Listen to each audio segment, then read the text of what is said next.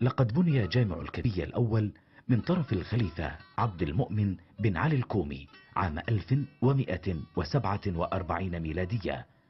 تبدأ قصة بناء جامع الكتبية منذ الأيام الأولى لانتصار الموحدين على المرابطين. أنشئت هذه الصومعة بأمر من الخليفة الموحدي عبد المؤمن عام 1163 هجري، وأنهى بناؤها من بعده ابنه المنصور عام 1184 هجرية. وتتواجد الصومعة في الجزء الجنوبي الشرقي للجامع، وتتخذ تصميما مربعا يعلوه المنور المتوج بقبة مضلعة. تتكون نواة الصومعة من 6 غرف متطابقة الواحدة فوق الأخرى، ومحاطة بممر مائل ومستقيم، مغطى بقباب نصف اسطوانية تنطلق منها على مستوى الزوايا بعض القباب ذات الحافة الحادة.